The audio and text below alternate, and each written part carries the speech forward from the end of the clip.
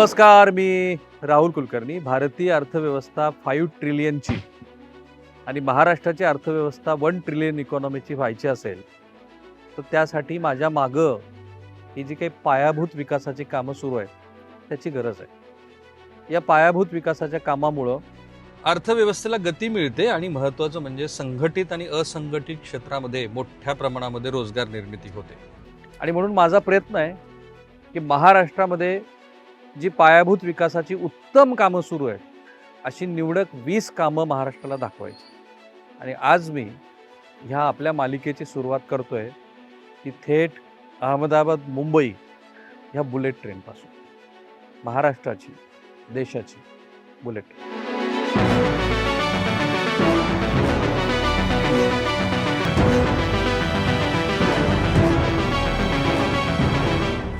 चला, या 20 पायाभूत प्रकल्पाच्या आपल्या या मोहिमेतनं समजून घेऊ की मध्यपूर्वमध्ये जो काही तणाव निर्माण झालाय, आपल्या अर्थव्यवस्थेला जी गती थोडीशी थांबल्यासारखी वाटतीये, तर ती गती रोजगाराच्या अर्थानं, आपल्या अर्थव्यवस्थेच्या वाढीच्या अर्थानं कुठं पुन्हा त्या गतीला वेग मिळू शकतो, कोणते ते पायाभूत प्रकल्प आहेत, महाराष्ट्रातल्या मराठवाडा, पश्चिम महाराष्ट्र, विदर्भ, उत्तर महाराष्ट्र या भागातल्या तरुणांना कुठे रोजगार मिळणार आहे आणि या पायाभूत सुविधेवरती अवलंबून राहून तुम्ही कोणते छोटे मोठे उद्योग करू शकता. चला, सी यू, कम विथ मी.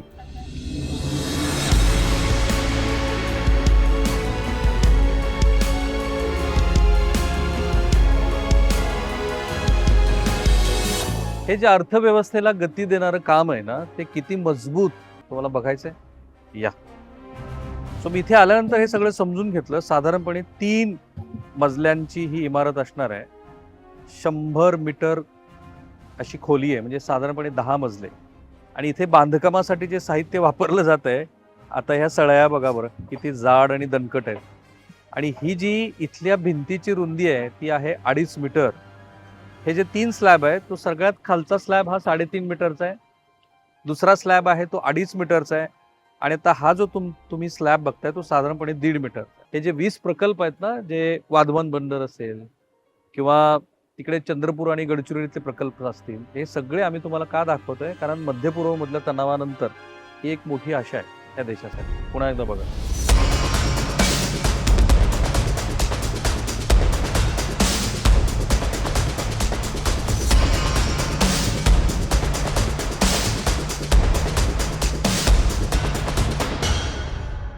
महाराष्ट्राची, देशाची बुलेट ट्रेन कुठे येणार आहे मी ते तुम्हाला दाखवेनच.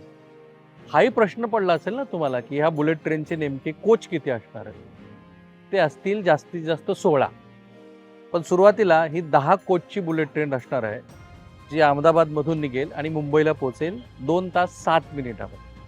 ह्या बुलेट ट्रेनसाठी साधारणपणे जास्तीत जास्त वेग ज्याची रचना केली ती आहे 350 किलोमीटर प्रति तास. पण ही ट्रेन 320 किलोमीटर प्रति तास या गतीनं धावेल.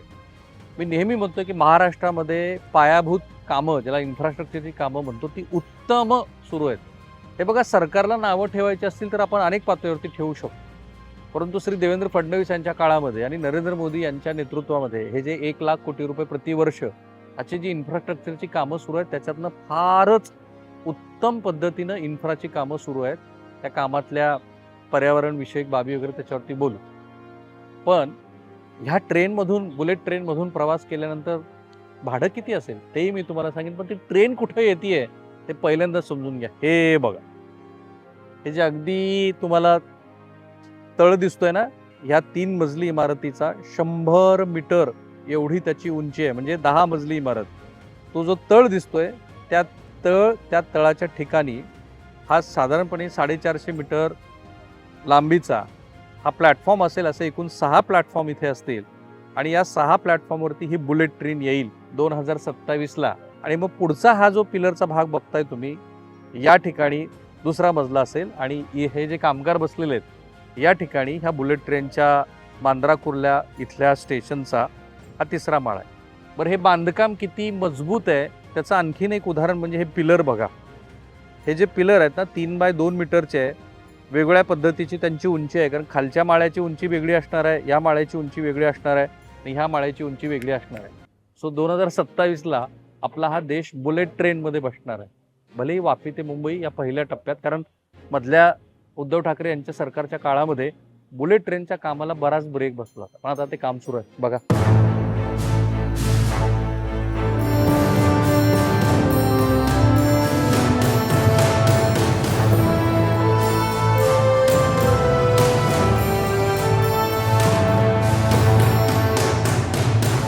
सो हे जे स्टेशन आहे जे तुम्ही बघताय त्याच्यामध्ये सूर्यप्रकाश पुरेसा यावा नैसर्गिकरित्या, आणि तो अगदी जिथे बुलेट ट्रेन असणार आहे तिथं यावा अशीची व्यवस्था आहे. हे जे स्टील्स आहेत त्याचं वजन एवढं जास्त आहे की तुम्हाला हे स्टीलचे बार उचलायला सुद्धा जवळपास 4-1 माणसं लागतात. हो, एक वेळ 140 किलो वजन आहे त्या बारचं. आणि ही जी अशी रचना आहे, ही रचना 5-6 ठिकाणी केलेली आहे. एका ठिकाणातनं ह्या स्टेशन्समधनं जी हवा बाहेर सोडणं गरजेचं आहे ती बाहेर सोडण्यासाठी, आणि दुसरी रचना माझ्या मागच्या बाजूला आहे. त्या रचनेमध्ये स्वच्छ सूर्यप्रकाश आणि हवा आतमध्ये यावी यासाठी. सो गो ग्रीन पद्धतीचं हे याच भागातनं जे 12 स्टेशन्स आहेत, साबरमतीपासून सुरुवात होईल आणि मी आता जिथे उभा आहे तो आपला एंड महाराष्ट्राचा. तर ह्या 12 स्टेशन्सवरती एक मोठी ट्रेन जी 2 तास 7 मिनिटात येईल, bullet train, high speed train त्याला ते म्हणतात. आणि मग ज्या इतर ट्रेन्स आहेत ज्या 12 स्टेशनपैकी महत्त्वाच्या स्टेशन्सवरती थांबतील, कुठे 4 ठिकाणी थांबतील, कुठे 5 ठिकाणी थांबतील, तर त्या साधारणपणे 3 तासात इथे पोहोचतील. तुम्हाला हा प्रश्न पडलाय ना की मग ह्या हाय स्पीड ट्रेनमध्ये तिकीट दर किती असतील ते मी तुम्हाला सांगणार आहे. पण त्याच्या आधी हे तर बघा की हे भारतामध्ये तयार होत असलेलं मार्वल मी त्याला म्हणेन, जे 2027ला देशाला लोकार्पण केलं जाईल, ते बनतंय किती अप्रतिम असं इंजिनिअरिंग वर्क आहे. पुन्हा एकदा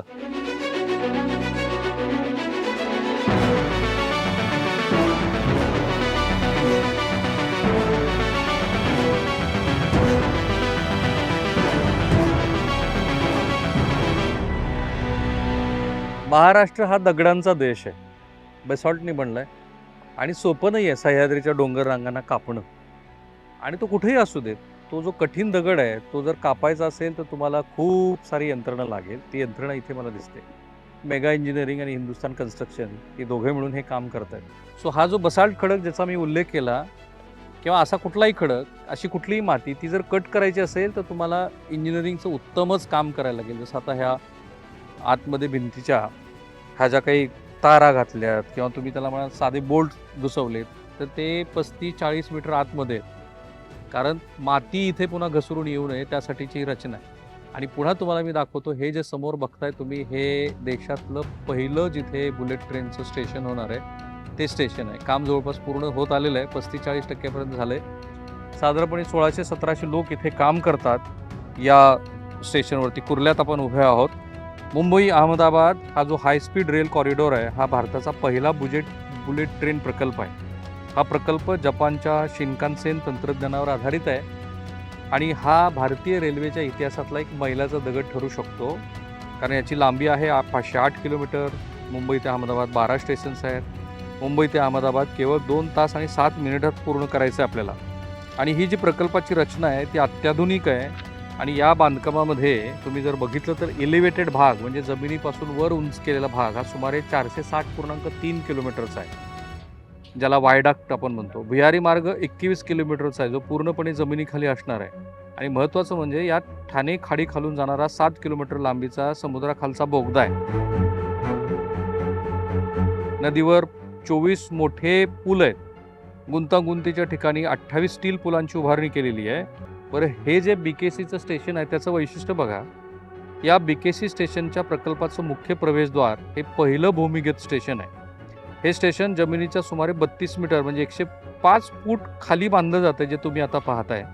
स्टेशनमध्ये एकूण 6 ट्रॅक आणि 4 प्लॅटफॉर्म्स आहेत. स्टेशनचा पाया इतका मजबूत आहे की भविष्यात या स्टेशनच्या वर या इमारती उभा राहणार आहेत. मी तुम्हाला दाखवू त्या इमारती कुठे आहेत. हे जे तुम्हाला दिसतं ना, हे नवीन मेट्रो स्टेशन तयार होतं. आणि ह्या BKC मधल्या मोठ्या इमारती ज्या तिथे पूर्वीच आहेत, आणि हे मेट्रो स्टेशन, त्याच्या उजव्या बाजूचं मेट्रो स्टेशन आणि ह्या इमारती, एवढ्या मर्यादेत हे काम सुरू आहे. मी विचारलं, हे 200-250 फूट आणि 100-125 फूट खोली एवढ्यातच हे स्टेशन उभारलं जातं आहे. म्हणून ह्या प्रकल्पाचं महत्त्व आहे. बघा, छतासाठी 6 मीटर म्हणजे जवळपास 20 फूट जाळीचं कॉन्क्रीट वापरलं जाते. बांधकाम 40 मिलीमीटर व्यासाच्या स्टीलच्या सळ्याचा वापर आहे. आणि कॉन्क्रीटचं तापमान नियंत्रित ठेवण्यासाठी इथे चक्क बर्फाचा वापर केला जातोय. जागेच्या कमतरतेमुळे 6 टॉवर क्रेनचा वापर केला जातो, ज्या तुम्ही आता पाहिल्यात. आणि त्याचबरोबर वाहतुकीला अडथळा होऊ नये म्हणून हे खोदकाम रात्री 11 ते 4 या दरम्यान सुरू आहे. आता मी तुम्हाला म्हणालो की समुद्राच्या खालून एक भुयार सुरू आहे ना आपल्या ठाण्याच्या क्रीकवरती, ते भुयार पण मी तुम्हाला दाखवतो. तुम्ही पाहताय देशातली पहिली बुलेट ट्रेन महाराष्ट्रात कशी येते, अहमदाबाद टू मुंबई.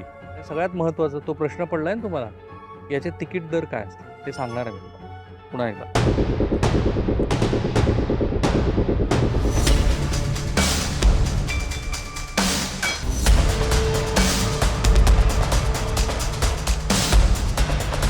या बांधकामाची गंमतच आहे, म्हणजे स्टील कॉन्क्रीटचं बांधकाम करत असताना बर्फ वापरावा लागला असं कधी ऐकलं होतं का?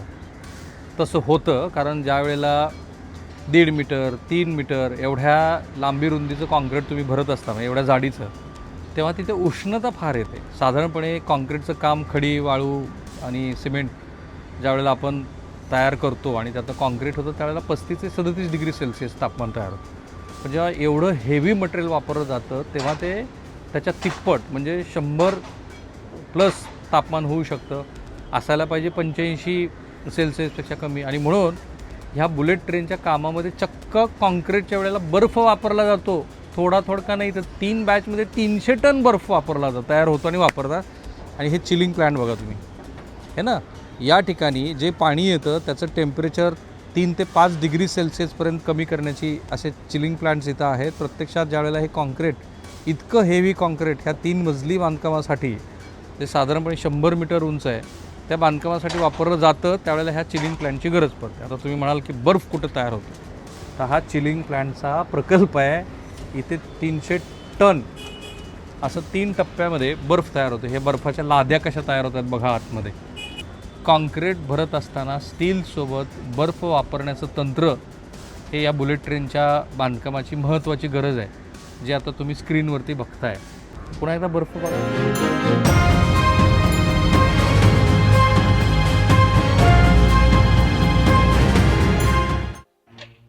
ही बुलेट ट्रेन ज्या स्टेशनवरती येऊन थांबणार आहे त्या स्टेशनचा हा शेवट, म्हणजे हे बांद्रा मुंबईतलं ज्या ठिकाणी ही ट्रेन धडधड करत 2028ला येईल आणि या देशाच्या विकासामध्ये महत्त्वाची भूमिका बजावेल, त्या ठिकाणचं साधारणपणे 35 ते 40% संपत आलेलं काम. खरं तर वर्षभर उशीर झाला आहे. हाही प्रश्न आपल्याला पडला आहे ना की ही जी बुलेट ट्रेन आहे तिचा दर काय असेल. तर तुमच्या AC ट्रेनचा A1 ज्याला आपण म्हणतो तो दर आणि विमानाचे जेवढे दर आहेत त्याच्यामधला काहीतरी तो दर असेल. हाही प्रश्न पडला आहे ना की या ट्रेनमुळं जे अंतर आहे, मी म्हणालो की 2 तास 7 मिनिटावरती येतं, पण विमान आणि ह्या ट्रेनमध्ये फरक काय? तर हा फरक आहे की विमानासाठी अहमदाबाद मुंबईमध्ये इथे विमानतळावर पोहोचून प्रत्यक्ष विमानतळाच्या मुंबईच्या बाहेर किंवा अहमदाबादच्या बाहेर पडण्यासाठीचा वेळ 2 सव्वा 2 तास, तेवढाच वेळ लागला. तिकीटही सांगितलं, वेळही मी तुम्हाला सांगितलं. आता प्रश्न असा आहे की ह्या ट्रेनची गरज होती का? माझ्या मते होती. मराठवाड्यातल्या, विदर्भातल्या, कोकणातल्या, उत्तर महाराष्ट्रातल्या तरुणांना आणि उद्योजकांना कळायला पाहिजे की देशाच्या आर्थिक राजधानीत म्हणजेच महाराष्ट्राच्या राजधानीमध्ये हा जो प्रकल्प होऊ घातलाय, या प्रकल्पामुळं वाहतुकीचा वेळ कमी होईल, या पायाभूत सुविधेमुळं देशाच्या अर्थव्यवस्थेला गती मिळेल आणि महत्त्वाचं म्हणजे देशाची प्रतिमा उंचावेल. आमच्या प्लॅटफॉर्मवरती पहिल्यांदा सोप्या मराठीमध्ये तांत्रिक मुद्द्यासह तुम्ही हा बुलेट ट्रेनचा प्रकल्प बघितला. असे 20 प्रकल्प जे महाराष्ट्राच्या विकासाला मदत करतील, महाराष्ट्राचं नवनिर्माण करतील, असे प्रकल्प आम्ही तुम्हाला दाखवणार आपल्या महाराष्ट्रासाठी. पुन्हा एकदा बघा, बांद्रामधला बुलेट ट्रेनच्या स्टेशनच्या शेवटच्या भागाची ही दृश्य.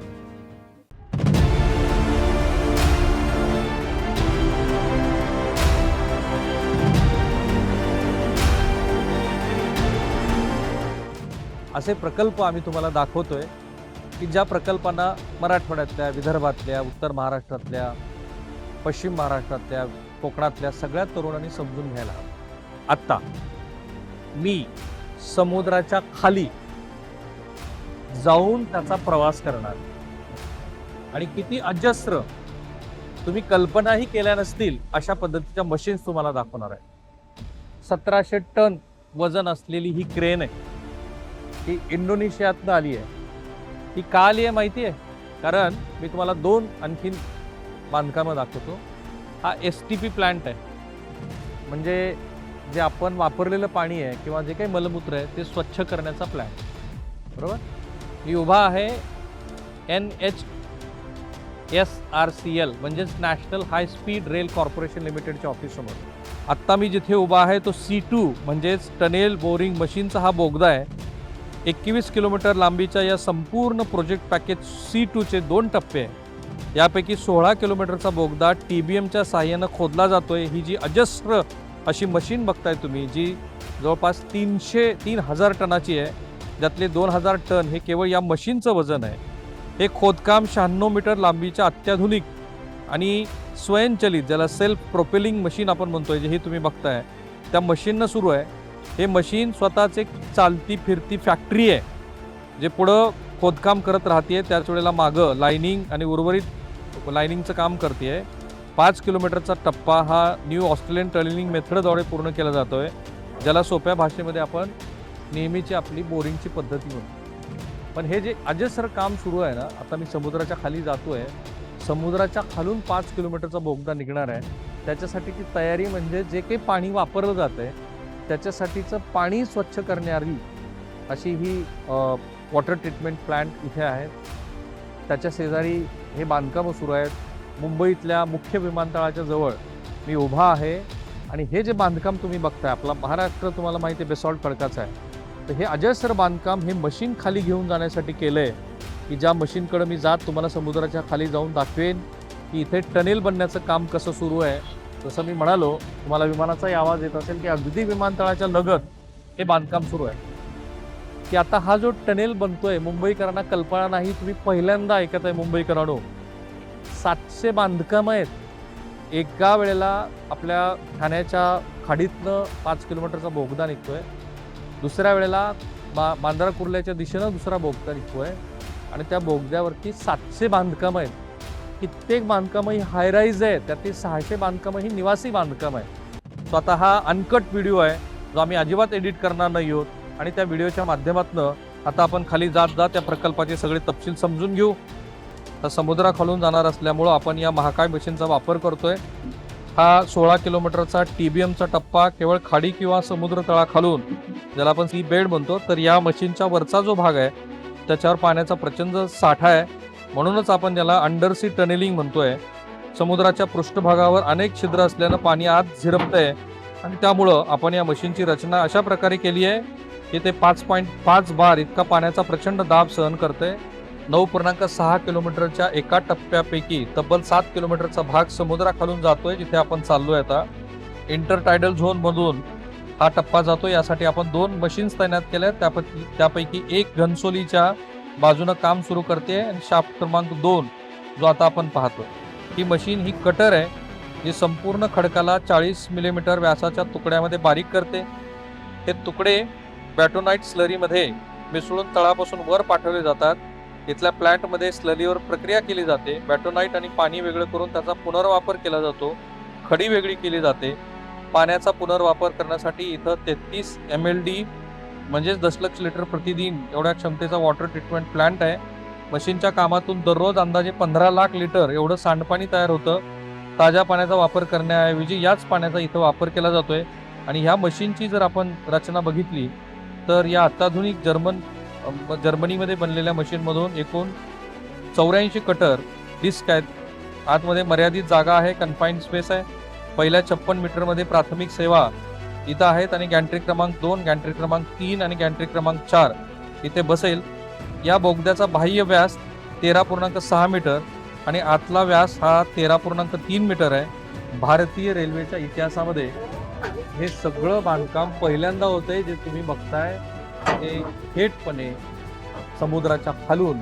तुम्ही आता ह्या बांधकामाच्या दिशेने निघालेलं आहात आणि मी म्हणालो तसं हे भव्य दिव्य बांधकाम तुम्ही जे पाहताय ते बांधकाम. ही ती अत्याधुनिक अशी जर्मनीची मशीन आहे, ज्या मशीनीची किंमत काही हजार कोटी रुपये असेल.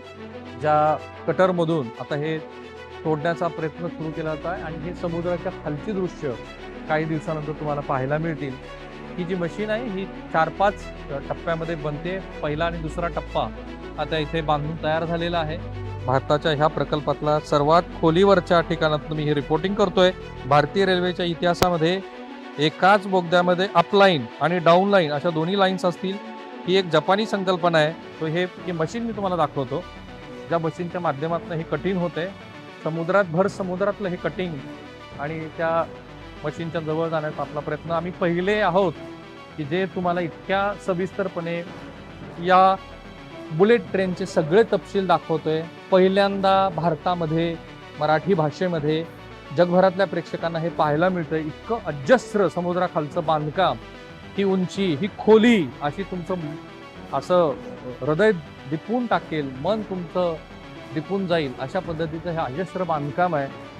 रिकास्टिंग केलेला हा जो शाफ्ट आहे त्या शाफ्टच्या माध्यमातून हे काम सुरू आहे. 5 जुलैपासून हा प्रत्यक्ष बोगदा बनायचं काम सुरू झालं. या प्रिकास्ट मशीनच्या माध्यमातून एकाच वेळेला पाणी स्लरी बाजूला काढून हा जो सिमेंटचा भाग आहे तो तिथे जोडला जातो ह्या अजस्र मशीनच्या माध्यमातून. आणि शेकडो तंत्रज्ञ इथं काम करतायत. बघा ना, ही किती मोठी अजस्र अशी मशीन आहे आणि त्या मशीनच्या माध्यमातून हे काम सुरू आहे. समुद्राच्या खाली 56 मीटर म्हणजे 20 ते 25 मजली इमारती उभ्या राहाव्यात इतक्या अंतरात खाली उभारलेलो आहे आणि तिथून हे सगळं अजस्र काम तुम्हाला दाखवतो. मराठी प्रेक्षकांना हे पहिल्यांदा काम पाहायला मिळते की ज्या कामातलं तुम्हाला लक्षात येईल की भर समुद्राच्या तळाची हे जे काम सुरू आहे त्याच्यातनं एक सगळ्यात मोठा असा बोगदा बनवला जातोय. आता हे बघा, हे जर बांधकाम तुम्ही पाहिलं तर इथे माती वाहून येऊ नये म्हणून सिमेंटचे मोठे थर देऊन एक अजस्र अशी भिंत उभा करण्यात आलेली. मी अशा ठिकाणी उभा आहे की तिथे समुद्र वर आहे आणि त्या समुद्राच्या खाली हे अजस्र असं बांधकाम सुरू आहे. ते इतकं भव्य दिव्य असं बांधकाम तुम्ही पहिल्यांदा पाहताय.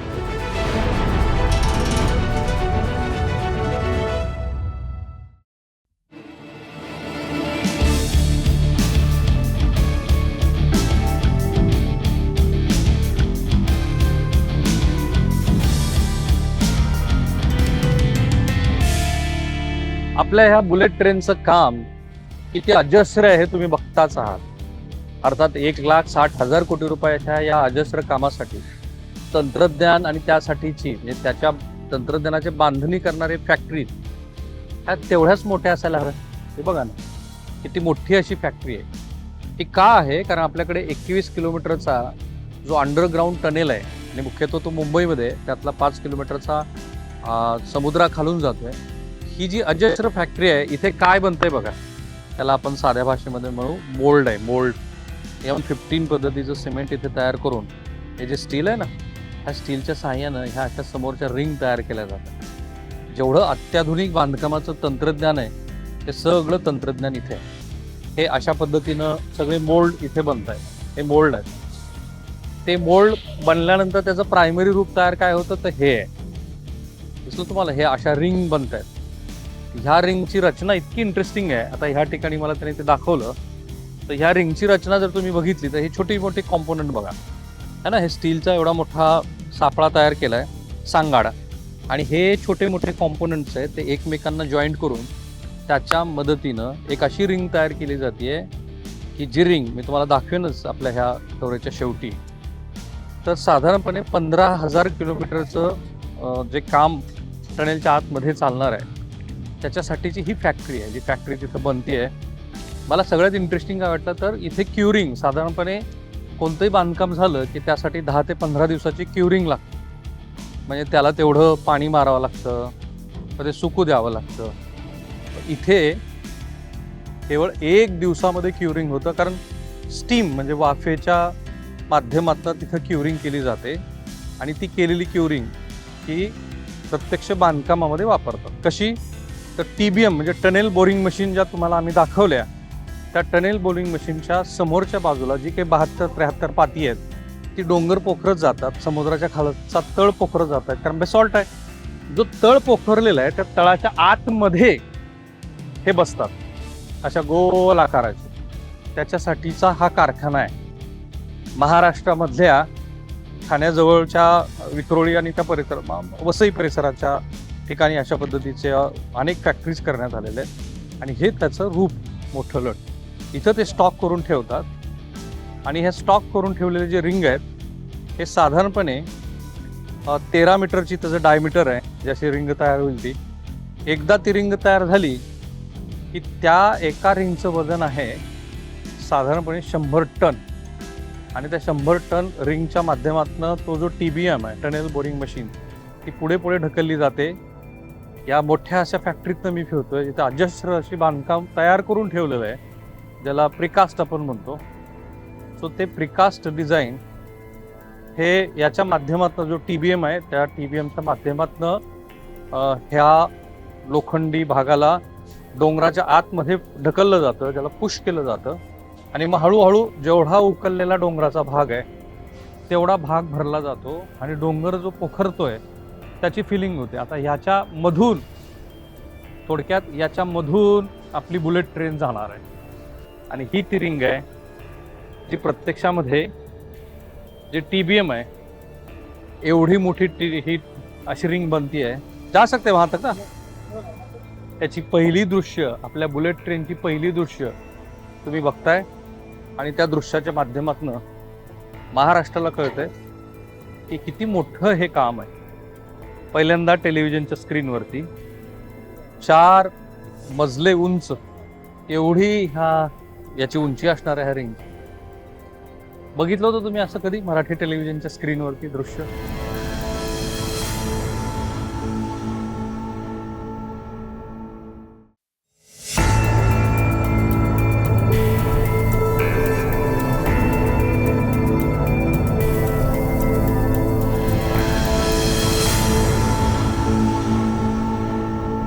मी ज्या ठिकाणी आज उभा आहे हे बुलेट ट्रेनचं इथून म्हणजे महाराष्ट्रापासनं ते साबरमतीपर्यंतचं दुसऱ्या क्रमांकाचं सगळ्यात खोलवरचं काम आहे. किती खोल इकडे बघा, डोळे दिपतील एवढी ही खोली आहे.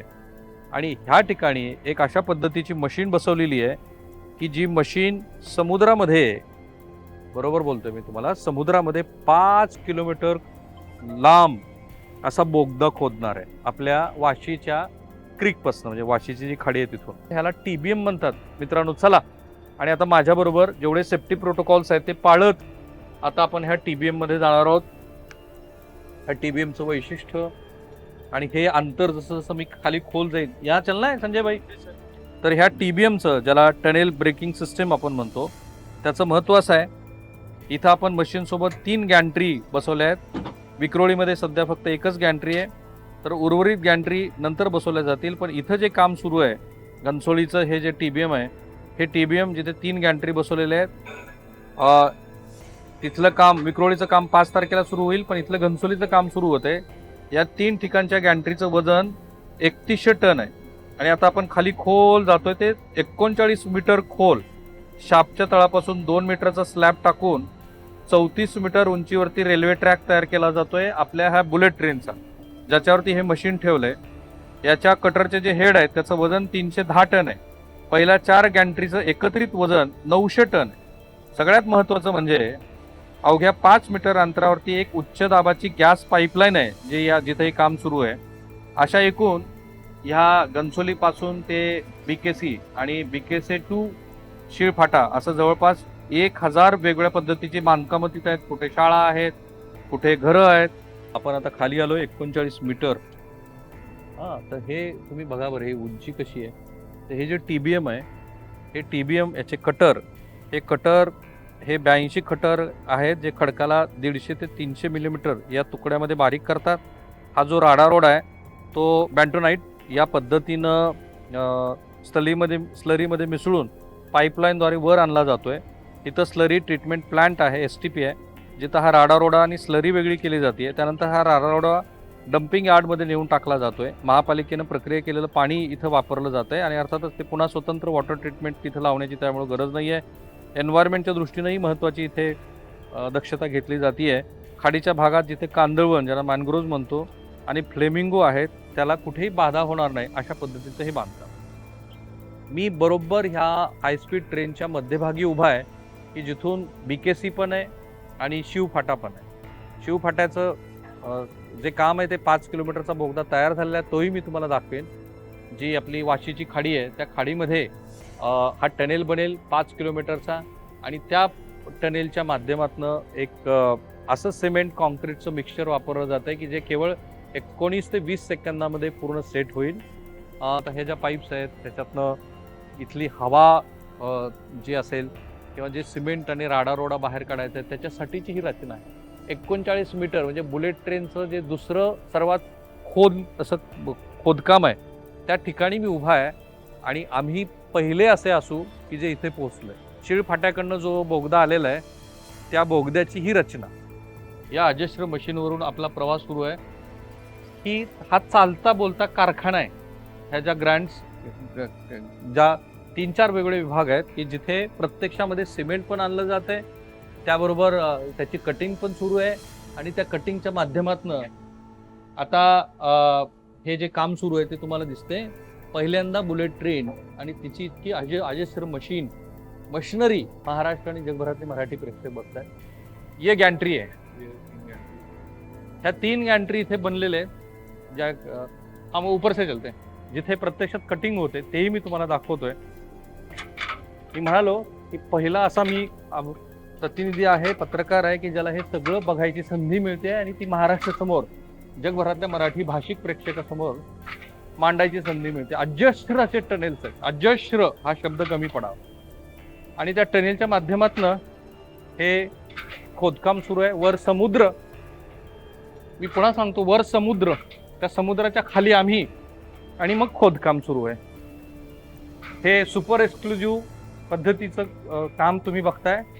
त्याचबरोबर जो शिळफाट्याकडनं आलेला 5 किलोमीटरचा बोगदा आहे तोही महाराष्ट्र पहिल्यांदा बघतोय. मला आनंद आहे की महाराष्ट्राच्या नवनिर्माणामध्ये ज्या कामांचं महत्त्व आहे ती सगळी कामं तुम्हाला इथे पाहायला मिळत आहेत. मी तुम्हाला समुद्राच्या खालून जाणारा जो बोगदा आहे तो बोगदा पहिल्यांदा दाखवतोय आणि मुंबईकरांना कुठलीही कल्पना नाही की मी जिथे उभा आहे तिथे समुद्रवर आहे आणि माझ्या इमारतीच्या खालून बांधकाम हे सुरू आहे. जे अजस्र असं बांधकाम आहे, किती अजस्र अशी खोली आहे. आणि जो समोर दिसतोय तुम्हाला तो आहे टनेल, जो पूर्ण झालेला. एक बाजू जो शिळफाट्याच्या बाजूने इथं आलाय आणि अर्थातच शिळफाट्याच्या बाजूची त्याची जिथून तो बनलाय तोही भाग मी तुम्हाला दाखवणार आहे. पण आता इथे मी जे दाखवतोय तो हा टनेल, हा बुलेट ट्रेनचा पहिला टनेल आहे. हा जो बुलेट ट्रेनचा पहिला टनेल आहे ते पूर्ण झाला आहे. ये कितने किलोमीटर का है वहां से जो आया? 4.8 किलोमीटरचा हा बोगदा. हा तुम्ही पहिल्यांदा एक्सक्लुझिव्ह बघताय आमच्या ह्या स्क्रीनमधून. ही वरचं स्ट्रक्चर बघा. कोणतीही गळती होऊ नये त्यासाठीची ही रचना आहे, जिथे आपण ज्याचा पाझर थांबवलेला आहे आणि हा पाझर थांबून हे बांधकाम पुढे जात आहे. BKC की तरफ कितना किलोमीटर जाएगा? 16 किलोमीटर पर्यंतचं हे काम आहे जे इथून BKC कडे जाईल, जिथे स्टेशन आहे महाराष्ट्रातलं. हे चालतं बोलतं असं फॅक्टरी आहे. प्रत्यक्षामध्ये जर्मनीमध्ये तयार झाली आहे. जर्मनीतनं त्यातला बराचसा भाग हा चीनमध्ये असेंबल केला गेला आहे. आणि याची चाकं बघा ना किती अजस्र आहे. ही ती अजस्र अशी चाकं, त्यातल्या मधल्या सगळ्या रचना. आपल्या लक्षात येईल की हे किती अवाढव्य आणि भव्य असं काम सुरू आहे की जे पहिल्यांदा तुम्ही ह्या प्लॅटफॉर्मवरती बघताय. आणि या प्लॅटफॉर्मच्या माध्यमातून हे जे नवनिर्माणाचं काम सुरू आहे ते महाराष्ट्राला पहिल्यांदा दिसते. वर समुद्र, खाली मी, अशी ही रचना असणार आहे. आणि अर्थात जो शिळफाट्याचा 5-5.5 किलोमीटरचा पूर्ण तयार झालेला बोगदा आहे त्या बोगद्यातनंही मी प्रवास करणार आहे. तिथेही चला शिळफाट्याला.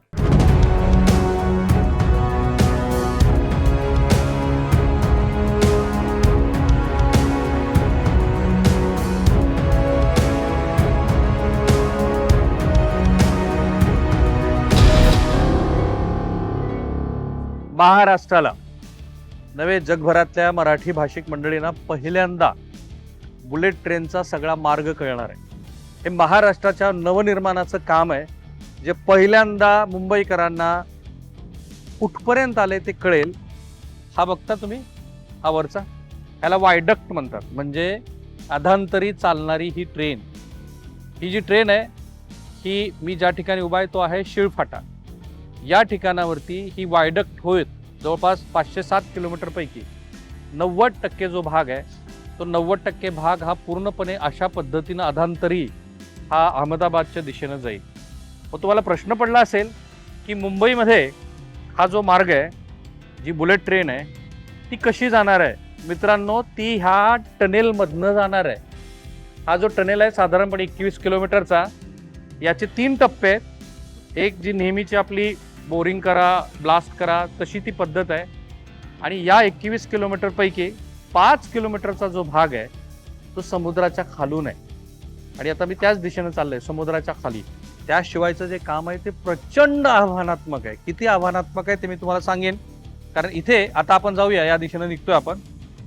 पहिल्यांदा जगातल्या मराठी प्रेक्षकांना, जगभरातल्या प्रेक्षकांना या बुलेट ट्रेनचं काम दिसणार आहे. हा जो तुम्ही टनेल बघतोय हा एक भुयारी बोगदा प्रकल्प आहे. हा आपल्या NATM या गॅन्ट्रीजच्या माध्यमातून केला जातोय. त्या गॅन्ट्रीज तिथं उभा केल्या गेलेल्या आहेत. आणि या भुयारी प्रवेश मार्गावरती काही सेक्शन्स करण्यात आलेली आहेत. टप्प्याटप्प्यानं 3 ठिकाणावरून फेस ड्रिलिंग सुरू आहे.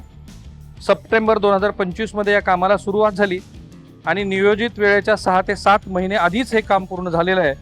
याच मार्गावरून BKC अर्थात मुंबई आणि अहमदाबादच्या दिशेनं धावेल.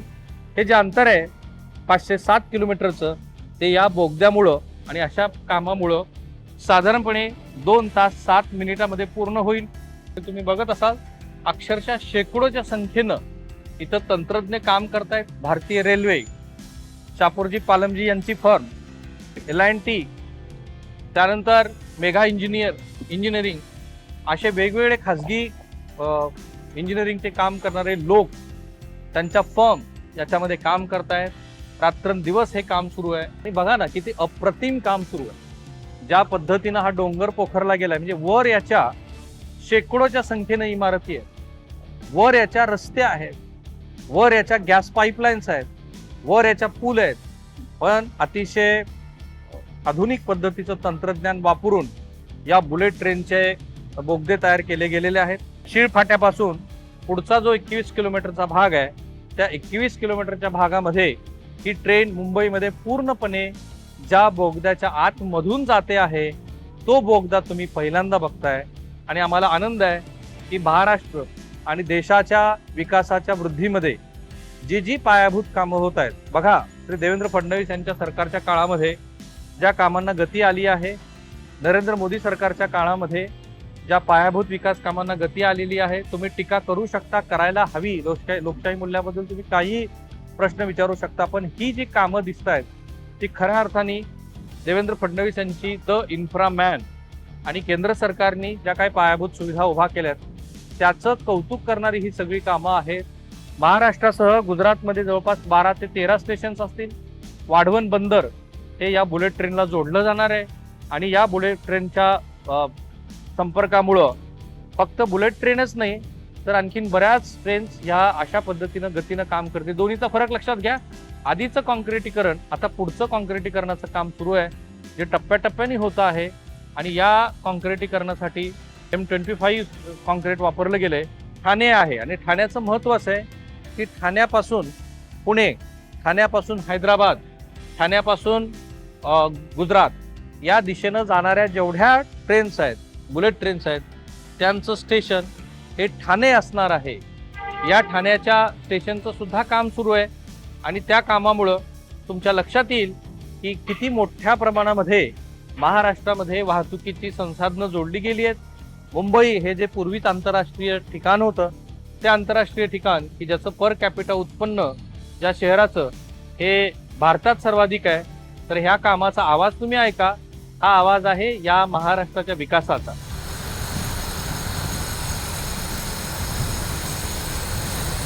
आणि तुम्ही समोरच्या दिशेनं बघत असाल तर एक मशीन जी कॉन्क्रीट भरण्याचं काम करते ती समोरच्या बाजूला उभी आहे. वर जी बांधकामं होती, साधारणपणे हाय राईज असलेल्या अनेक इमारती होत्या, त्या इमारतींना याची जाणीव सुद्धा झालेली नाही. म्हणजे मुंबईकरांना याची कल्पना नाही की मुंबईच्या भूगर्भामध्ये सुमारे 21 किलोमीटर लांबीचा हा जो बोगदा ते बघतायत, त्या बोगद्यातनं ही बुलेट ट्रेन 320 किलोमीटर प्रति तास या गतीनं बांद्र्याच्या स्टेशनवरती जाईल आणि बांद्र्याच्या स्टेशनवरून अहमदाबादच्या दिशेनं ती आपला परतीचा प्रवास करेल. ज्या ठिकाणी हे कॉन्क्रीटकरणाचं काम सुरू आहे बोगद्यांना अजून आतून अस्तरीकरण केलं जातं आहे. ते अस्तरीकरण तुम्ही आता बघताय. हा साधारणपणे 3600 मीटर म्हणजे जवळपास 1.5 किलोमीटरच्या आसपासचा हा जो भाग आहे तो TBMनी भरला आहे आणि उर्वरित जो भाग आहे तो अशा पद्धतीनं भरलेला आहे. इथून पुढे वायडक्ट म्हणजे उड्डाणपूल स्वरूपामध्ये हे काम होईल जे L&T करते आहे. त्याशिवाय या ठिकाणी हा जो व्यास तुम्हाला दिसतोय तो 1.6 किलोमीटरचे टप्पे केलेत आणि आता तुम्ही बघत असाल तर इथे हे कॉन्क्रिटीकरणाचं काम सुरू आहे. तुमच्या लक्षात येईल की या कॉन्क्रिटीकरणाच्या कामामुळं त्याचं जे अस्तरीकरण आहे ते अस्तरीकरण त्या अशा पद्धतीने होत आहे.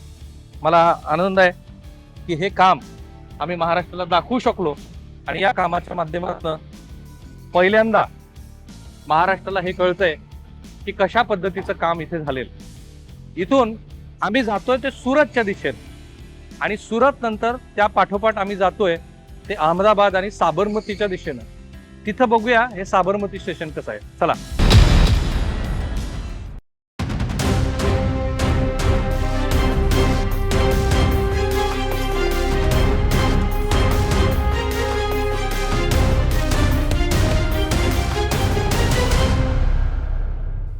मुंबई ते अहमदाबाद हा जो मार्ग आहे त्यातला 92% मार्ग हा हवेतनं, ज्यालाच वायडक्ट आपण म्हणतो, असा धावेल.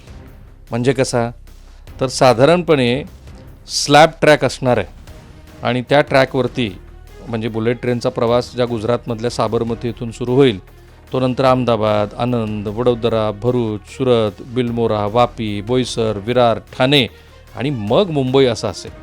आता अर्थातच ठाण्यानंतर ट्रेन पूर्णपणे भूमिगत होईल. यातला एक भाग हा समुद्राखालून जाणाऱ्या भारतातल्या पहिल्या रेल्वे बोगद्याचा असणार आहे. त्यानंतर ट्रेन थेट BKC मधल्या भूमिगत स्टेशनवरती पोहोचेल. आणि मी म्हणालो तसा हा ट्रेनचा मार्ग प्रति तास 350 किलोमीटर वेगानं धावणाऱ्या बुलेट ट्रेनसाठी जरी असला तरी प्रत्यक्षामध्ये ही बुलेट ट्रेन 320 किलोमीटर प्रति तास अशा पद्धतीनं धावणार आहे. हा जो ट्रॅक आहे हा ट्रॅक इतर आपल्या भारतीय रेल्वेपेक्षा पूर्णपणे वेगळा आहे. हा जो स्लॅब ट्रॅक आहे ज्याला पारंपरिक रेल्वेमध्ये दगड अर्थात बॅलेस्ट आपण म्हणतो आणि स्लीपर वापरलं जातं, परंतु तुम्ही हा जो ट्रॅक बघताय तो बुलेट ट्रेनसाठी पूर्ण वेगळा आहे. मजबूत कॉन्क्रीटच्या स्लॅबवरती थेट रुळं बसवली गेली आहेत, त्यामुळं अर्थातच कंपन होतं आहे. आणि ह्या रुळासाठी वापरलेले हे जॉईंट्स बघा कसे दिसत आहेत. तुम्ही पहिल्यांदा बघताय की बुलेट ट्रेनसाठीचा ट्रॅक कसा असतो. आणि त्याशिवाय या ट्रॅकवरती फक्त बुलेट ट्रेनच धावणार आहे, मालगाडी किंवा इतर प्रवासी गाड्या या मार्गावरून जाणार नाहीत. त्यामुळं सुरक्षितता आणि वेळेचं अचूक पालन करण्यासाठी मी पुन्हा एकदा सांगतो अगदी 1 इंच एवढं सुद्धा याच्यामध्ये अंतर असणार नाही याची पूर्ण काळजी घेतलेली आहे. वायडक्ट सुरू कुठं होतो तर जसं आपण ठाणे सोडतो तसं ठाण्यापासून ते साबरमतीपर्यंत पूर्ण मार्ग हा वायडक्ट आहे. खरं म्हणजे या बुलेट ट्रेनच्या कामाला बिलमोरा ते सुरत हा जो पहिला टप्पा लोकार्पण होईल 15 ऑगस्ट 2027ला, तर त्यातलं हे सुरतचं स्टेशन. सुरत कशासाठी जगात ओळखलं जातं? अर्थात डायमंडसाठी. तर हा डायमंड आकाराचा जो रेल्वे स्थानकाचा भाग आहे बुलेट ट्रेनच्या, हे जवळपास 450 मीटर लांबीचं स्टेशन आहे. 3 मजले आहेत, म्हणजे ज्याला आपण ग्राउंड फ्लोअर, मग फर्स्ट फ्लोअर किंवा कॉन्कोर्स आणि प्लॅटफॉर्म म्हणतो. सुरतच्या डायमंड सिटी या ओळखीवर आधारित असलेला हा डायमंड कट दर्शनी भागात आहे. 425 मीटर लांबीचा प्लॅटफॉर्म आहे. ही या सुरत स्टेशनची वैशिष्ट्य आहे. हे स्थानक मुंबई अहमदाबाद हायस्पीड मार्गावरच्या 12 स्थानकापैकी 7वं आहे आणि याच्याजवळ कडोदराजवळ अंत्रोली इथं ते उभारलं जातं आहे. 10 ते 16 डब्यांच्या बुलेट ट्रेनसाठी तयार करण्यात आली आहे. इथं 8 जिने आहेत, 7 एस्केलेटर आहेत, 5 लिफ्ट्स आहेत आणि प्लॅटफॉर्मची रुंदी आहे 50 मीटर.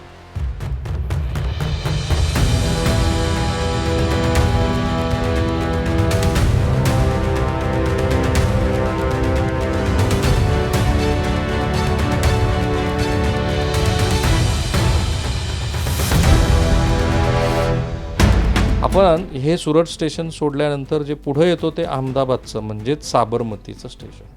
साबरमतीचं स्टेशन जवळपास 90-95% तयार आहे आणि ह्या स्टेशनची रचना म्हणजे बुलेट ट्रेनसाठीचं सर्वात भव्य असं हे स्टेशन आहे. तब्बल 9 मजली. याचा जो दर्शनी भाग आहे त्या दर्शनी भागात तुमच्या लक्षात येईल की साबरमती प्रसिद्ध आहे ती दांडी यात्रेसाठी. इथेच गांधीजींचा आश्रम. या साबरमती नदीला जे फेसलिफ्ट केलं गेलं आहे, ज्याची देशभरामध्ये चर्चा झाली, ती साबरमतीजवळ इथंच आहे.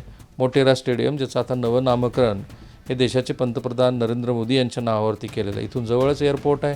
त्याशिवाय ह्या 9 मजले असलेल्या स्टेशनची रचना अशी आहे की इथे मेट्रो, BRT, नेहमीच्या आपल्या रेल्वेच्या सेवा या सगळ्यांसाठीची इथे व्यवस्था आहे. कनेक्टिव्हिटी आहे. इथे जवळपास 1000 वाहनं पार्क केली जाऊ शकतात. त्याच्यामध्ये रिक्षा, त्याच्यासाठी तुमची दुचाकी, 4 चाकी अशी सगळ्यांची व्यवस्था करण्यात आलेली आहे. हे जे बुलेट ट्रेन आहे हे देशातलं पहिलं असं बुलेट ट्रेन आहे की ह्या बुलेट ट्रेनबरोबरच अशाच पद्धतीच्या संरचना देशभरामध्ये करण्यासाठीची व्यवस्था करण्यात आलेली आहे. आणि या बुलेट ट्रेनसाठी जसं मी म्हणालो तसं 2026पर्यंत गुजरात विभागातल्या सगळ्या बुलेट ट्रेन्स इथूनच सुरू करण्याचं उद्दिष्ट ठेवण्यात आलं आहे.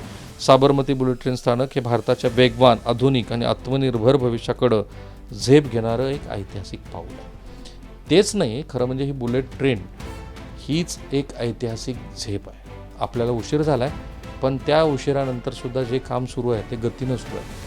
मी जर तुम्हाला असं म्हणालो की एवढी एकच बुलेट ट्रेन नसून मुंबई हैदराबाद, मुंबई पुणे, पुणे हैदराबाद, तिकडे दिल्ली वाराणसी, दिल्ली लखनौ यासारख्या किंवा दिल्ली उज्जैन यासारख्या बुलेट ट्रेनचा किंवा हायस्पीड ट्रेनचा विचारसुद्धा एकाच वेळेला सुरू झालेला आहे.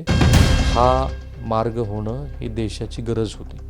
मध्यमवर्गीयांची वाढती संख्या, रोजगारांचं वाढलेलं अंतर आणि सगळ्यात महत्त्वाचं म्हणजे हा प्रकल्प आम्ही तुम्हाला का दाखवला, कारण या पायाभूत सुविधामुळं महाराष्ट्राच्या विकासामध्ये जी भर पडेल त्या वाटचालीमध्ये तुमचा डबा आरक्षित करा.